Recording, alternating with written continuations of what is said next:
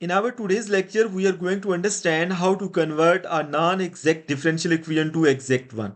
This is very simple. In our previous video lecture, we have discussed about exact differential equation with an example. In our today's lecture, I am not going to solve this differential equation. Our concern is just to understand how to convert non-exact differential equation to exact one. Okay? As far as solution concern, आप मेरी पिछली वाली video को देख सकते हैं, उसमें मैंने सोल्यूशन के बारे में डिटेल डिस्कशन की है. So let's start. हमारे पास क्योंकि ये जो डिफरेंशियल इक्वेशन है ये कुछ इस फॉर्म में लिखी हुई है student, M of X Y D X plus N of X Y D Y equal to 0. और इस तरह की जो इक्वेशन होती है फर्स्ट ऑर्डर की, अगर ये एग्जैक्ट डिफरेंशियल इक्वेशन है तो it's mean that partial M over partial Y must be equal to partial N over partial X. लेकिन यहां पर अगर आप इस एग्जांपल की बात करें तो इसमें ये क्राइटेरिया फुलफिल नहीं हो रहा. देखें, सबसे पहले तो मैं इसको और इस स्टैंडर्ड फॉर्म को कंपेयर करता हूं. तो मुझे जो m की वैल्यू मिलेगी student, that would be m of X Y this is equal to X Y. Similarly n of X Y this is equal to, this is 2x square plus 3y square minus 20. Okay, so let us find partial m over partial y. You just need to differentiate this expression with respect to y. You will get x, and here we have n of xy. So let's differentiate with respect to x. So we will get 4x, and this 3y square becomes 0 because हम जो derivative ले रहे हैं with respect to x ले रहे हैं. Similarly 20 भी 0 हो जाएगा क्योंकि ये कॉन्स्टेंट नंबर है. और यहाँ पर आप देख सकते हैं कि partial M over partial Y which is equal to X, this does not equal to partial N over partial X, क्योंकि ये 4x की इक्वल है. ओके स्टूडेंट, आप यहाँ पे देख सकते हैं कि ये दोनों एक्सप्रेशन डिफरेंट हैं, तो ये दोनों इक्वल नहीं है. ओके, अब मसला ये है कि आप इसको एग्जैक्ट बनाएंगे कैसे. देखिएगा, हमारे पास यहां पे दो केसेस हैं स्टूडेंट. मैं केस 1 की बात करता हूं. आपके पास यहां पे मैं एक एक्सप्रेशन लिख रहा हूं, that expression is M Y. M Y का मतलब है कि एम का with respect to Y derivative. Okay, यहां पर मैंने फाइंड किया हुआ है M Y minus N X divided by N. अगर ये सिंपल इसका जो आंसर है ना वो एक वेरिएबल हो, if it is a function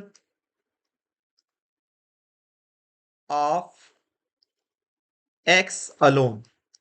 अगर ये सिर्फ x का फंक्शन हो, मतलब इसको सॉल्व करेंगे ना, यहाँ पे आप एम वाई की वैल्यू पुट करेंगे, मतलब पार्शियल एम और पार्शियल वाई जो कि x के इक्वल है, एम वाई की वैल्यू पुट करें, एन एक्स की वैल्यू पुट करें, डिवाइडेड बाय एन कर दें. एन आपने यहाँ पे सबसे पहले आइडेंटिफाई किया हुआ है, ये एन है. ओके, अगर इसको सॉल्व करें तो सिंपल ये x का फंक्शन आ जाए, तो उस केस में जो इंटीग्रेटिंग फैक्टर होगा स्टूडेंट वो क्या होगा, that would be e to raise power integration, और ये पूरा एक्सप्रेशन यहां पे लिख दें, M Y minus N X divided by N.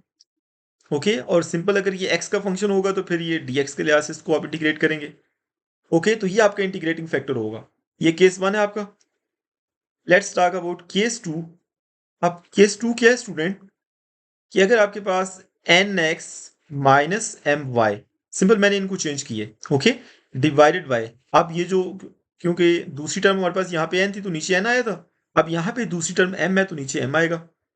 Okay, और अगर ये जो एक्सप्रेशन है, if it is a function of Y alone, function of Y alone, उस केस में जो इंटीग्रेटिंग फैक्टर बनेगा स्टूडेंट वो क्या बनेगा फिर, then integrating factor will be equal to e to raise power integration, यहां पे ये पुट कर दें, N X minus M Y divided by M.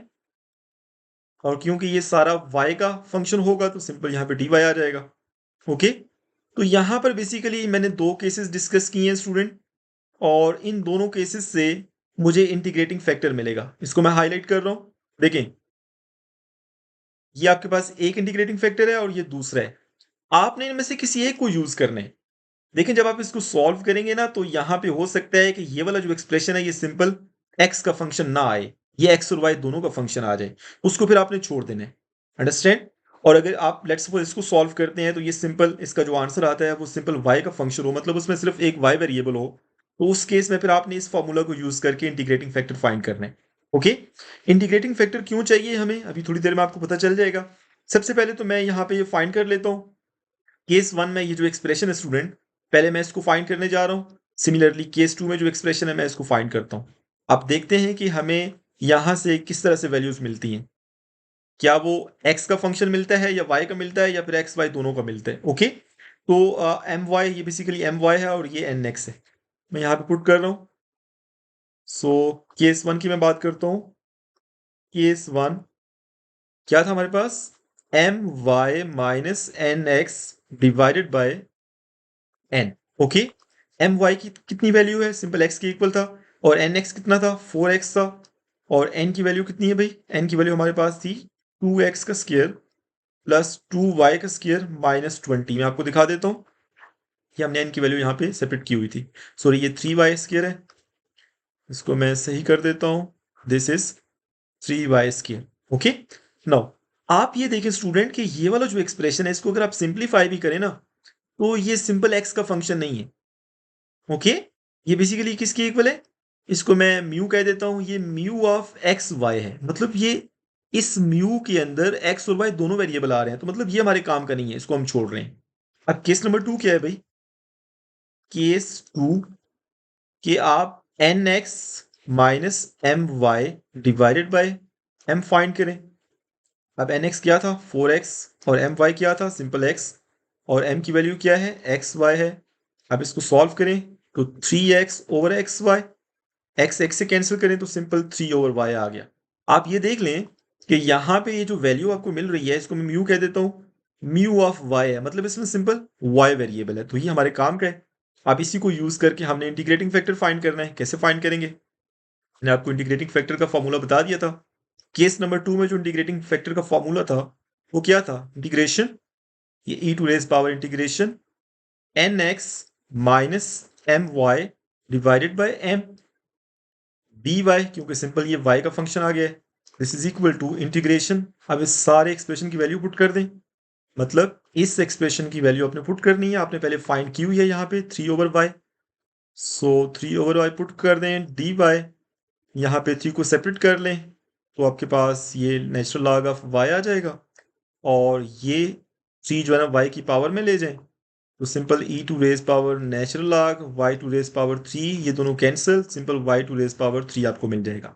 मतलब ये जो इंटीग्रेटिंग फैक्टर है स्टूडेंट, ये कितना आ गया, this is equal to Y cube. अब ये इंटीग्रेटिंग फैक्टर हमने फाइंड क्यों किया है, आपने फर्स्ट ऑर्डर की जो लीनियर डिफरेंशियल इक्वेशन है उसका सोल्यूशन देखा होगा हमने कैसे फाइंड किया था स्टूडेंट। तो यहां पर आपने करना ये है कि ये जो इंटीग्रेटिंग फैक्टर है इसको आपने गिवन जो डिफरेंशियल इक्वेशन है उसके साथ मल्टीप्लाई करना है। सो मल्टीप्लाई, यहाँ पे लिख लो, multiply integrating factor, this is equal to y3 to the given differential equation. जो क्वेश्चन के अंदर डिफरेंशियल इक्वेशन गिवन थी स्टूडेंट, आपने उसके साथ मल्टीप्लाई करना है, मैं आपको दिखा देता हूँ। ओके, ये आपके पास गिवन डिफरेंशियल इक्वेशन है, इसकी दोनों साइड पे आपने y क्यूब से मल्टीप्लाई करना है क्योंकि वो इंटीग्रेटिंग फैक्टर है। पहले मैं इसको यहाँ पे लिख देता हूँ,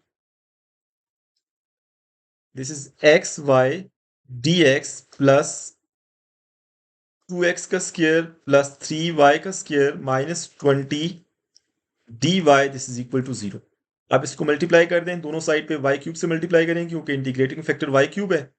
सो यहाँ पे एक्स वाई का की पावर 4 हो जाएगा, डी एक्स प्लस यहाँ पे मल्टीप्लाई करेंगे तो 2x का स्क्वायर y का cube plus 3y to raise power 5 minus 20y to raise power 3 D Y which is equal to 0। Now आप स्टूडेंट ये जो डिफरेंशियल इक्वेशन आई है ना, आप इस पर एग्जैक्टनेस का जो क्राइटेरिया है वो अप्लाई करें, आप देखेंगे कि ये एग्जैक्ट डिफरेंशियल इक्वेशन बन गई है। तो यहाँ पे सबसे पहले हम m की वैल्यू फाइंड कर लेते हैं, जो dx के साथ लिखा होता है वो m होता है। सिमिलरली हमारे पास जो dy के साथ टर्म लिखी है वो बेसिकली n है। So 3y to raise power 5 minus, sorry, this is minus. Okay. This is minus 20y का cube. Okay. Now, what is the criteria? You just need to find the derivative of m with respect to y, which will be equal to 4xy cube, and find the derivative of n with respect to x. तो यहाँ पे ये जो दो terms है ना, दूसरी और तीसरी, ये तो खत्म हो जाएगी, क्योंकि इसमें तो x वेरिएबल है ही नहीं है, तो ये तो कांस्टेंट बिहेव करेंगी। और ये जो पहली टर्म है इसका with respect to x derivative लें, तो हमारे पास ये 4xy क्यूब हो जाएगा। ओके, तो आप देख सकते हैं कि यहाँ पे स्टूडेंट ये जो दोनों टर्म्स है ना, ये दोनों इक्वल है। इट्स मीन दैट कि आप कह सकते हैं कि partial m over partial y this is equal to partial n over partial x। Hence,